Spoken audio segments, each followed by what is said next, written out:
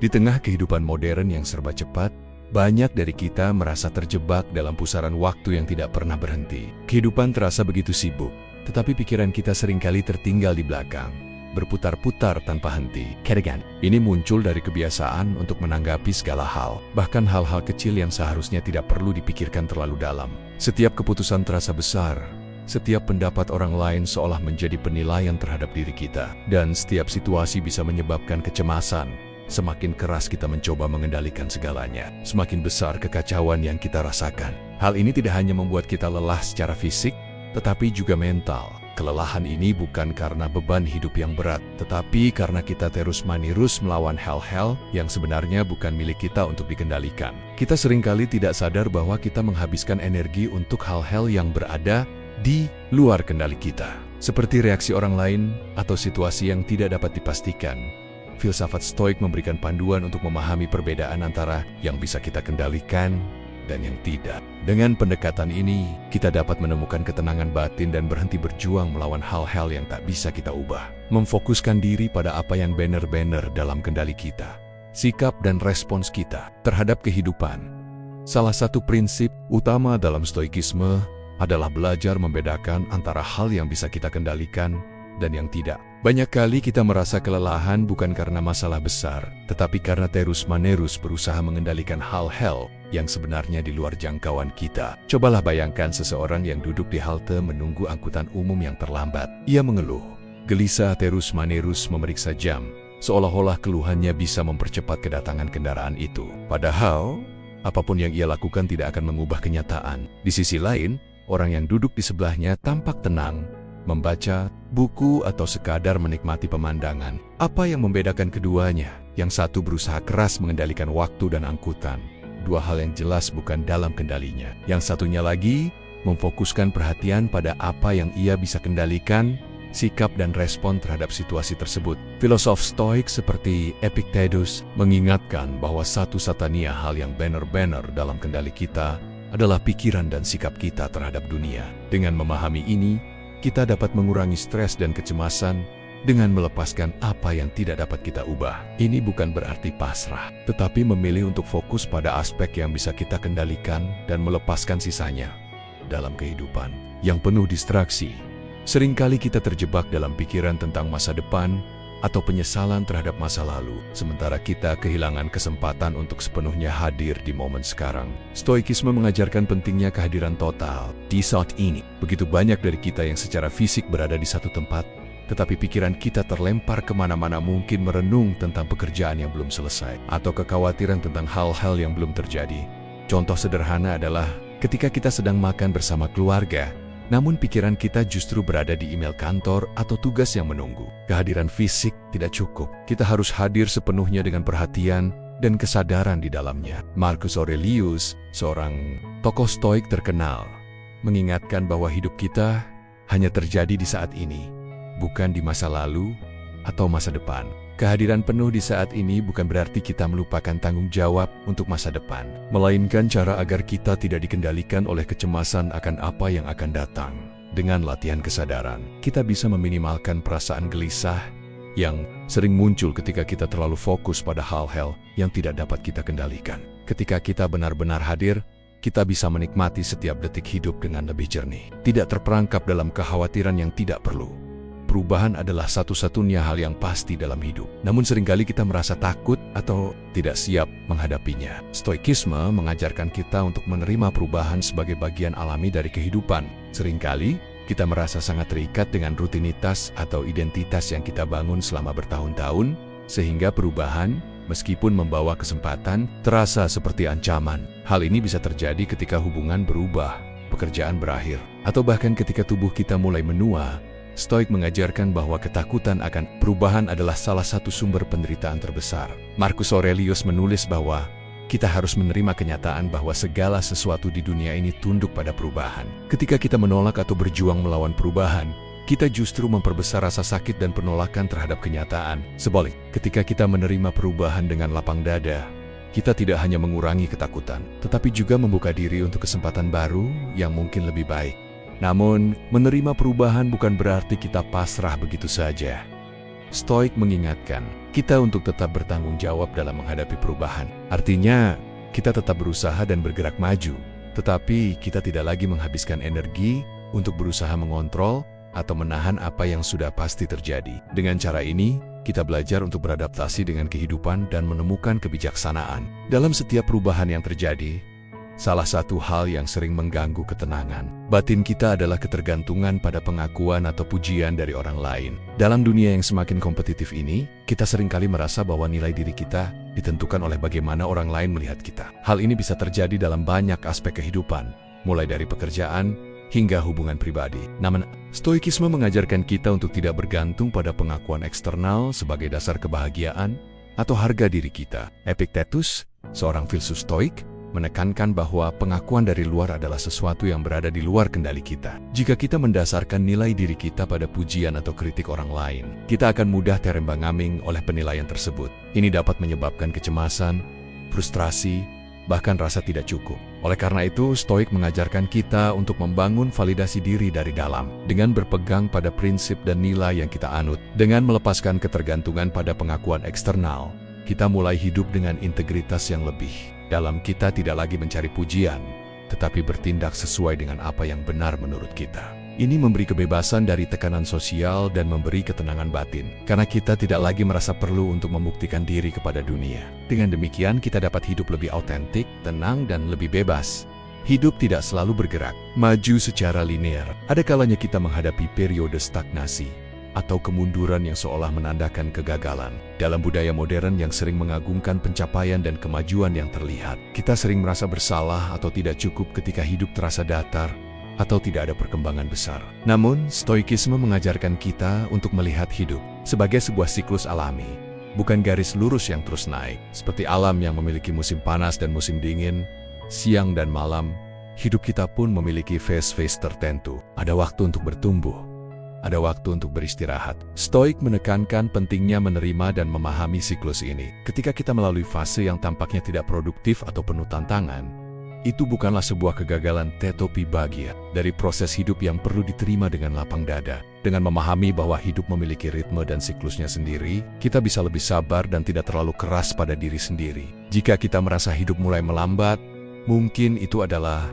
waktu untuk introspeksi dan merenung, bukan untuk panik atau merasa tertekan. Stoik mengingatkan bahwa keheningan dan periode stagnasi seringkali adalah waktu yang penting untuk refleksi dan persiapan untuk langkah selanjutnya. Penerimaan terhadap siklus hidup ini membantu kita menjaga ketenangan batin.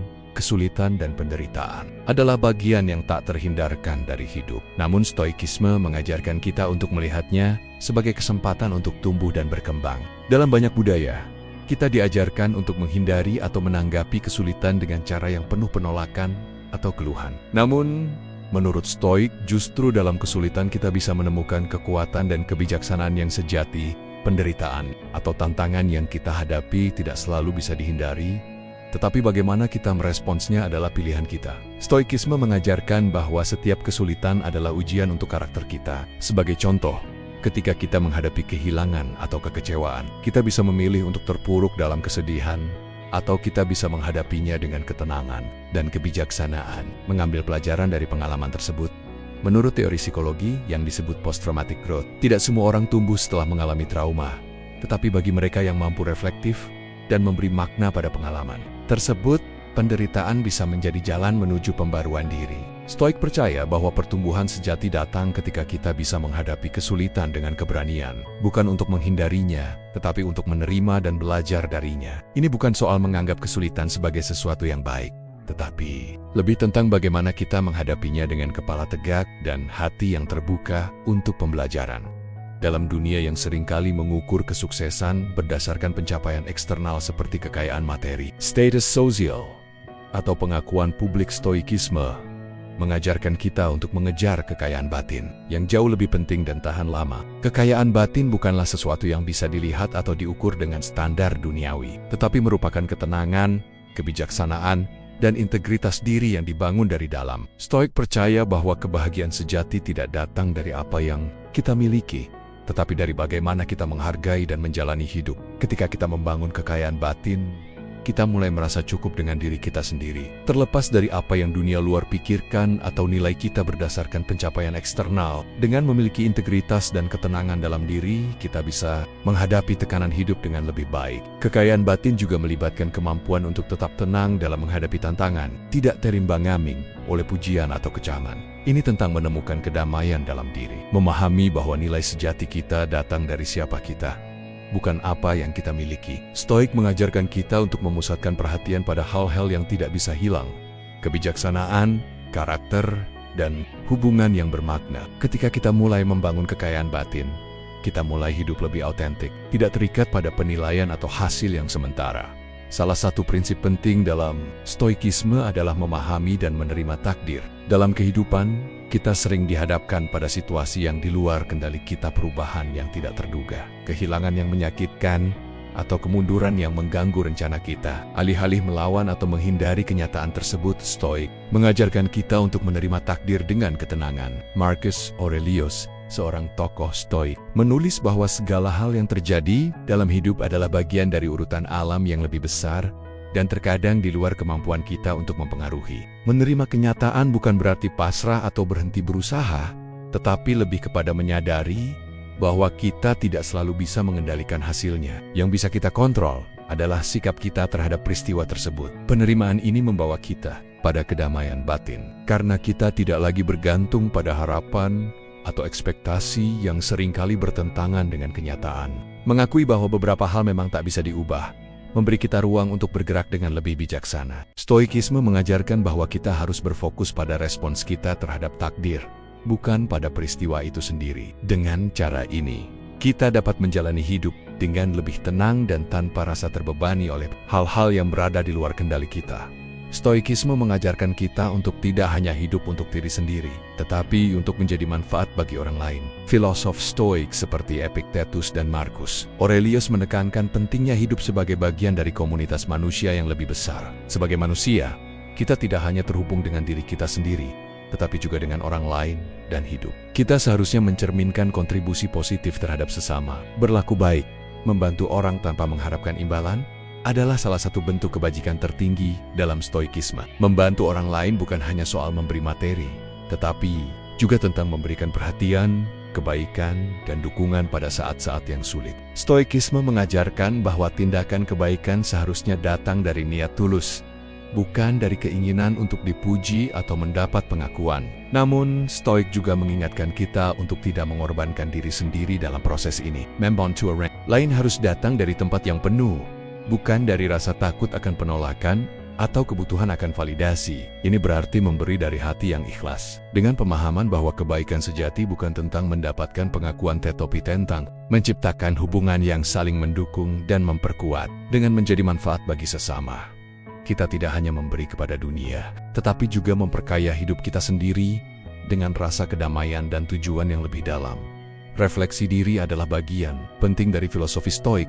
Stoik mengajarkan kita untuk secara teratur merenung, meninjau tindakan kita, dan menyesuaikan kembali arah hidup agar lebih selaras dengan nilai-nilai dan tujuan kita yang sejati. Dalam dunia yang bergerak cepat dan penuh distraksi, sangat mudah untuk terjebak dalam rutinitas atau mengejar tujuan yang tidak lagi sesuai dengan siapa kita sebenarnya. Oleh karena itu, momen untuk berhenti sejenak, menilai diri dan melakukan introspeksi menjadi sangat penting. Marcus Aurelius, dalam meditasi pribadinya, seringkali menulis tentang pentingnya meninjau kembali hidup kita untuk memastikan bahwa kita berjalan di jalur yang benar. Refleksi ini bukan berarti untuk menyalahkan diri, tetapi untuk mencari tahu apakah tindakan kita hari ini masih selaras dengan prinsip dan nilai-nilai yang kita anut. Dengan merenung, kita bisa melihat apakah kita sedang hidup sesuai dengan tujuan yang kita tentukan, atau jika kita terpengaruh oleh tekanan sosial atau harapan orang lain. Ini memberi kesempatan untuk memperbaiki keputusan yang kurang tepat dan memperkuat komitmen pada tujuan yang lebih bermakna. Stoikisme mengingatkan kita bahwa hidup yang baik bukanlah hidup yang tanpa kesalahan, tetapi hidup yang sadar dan terus berkembang. Dengan refleksi yang jujur, kita bisa menciptakan hidup yang lebih autentik dan penuh makna.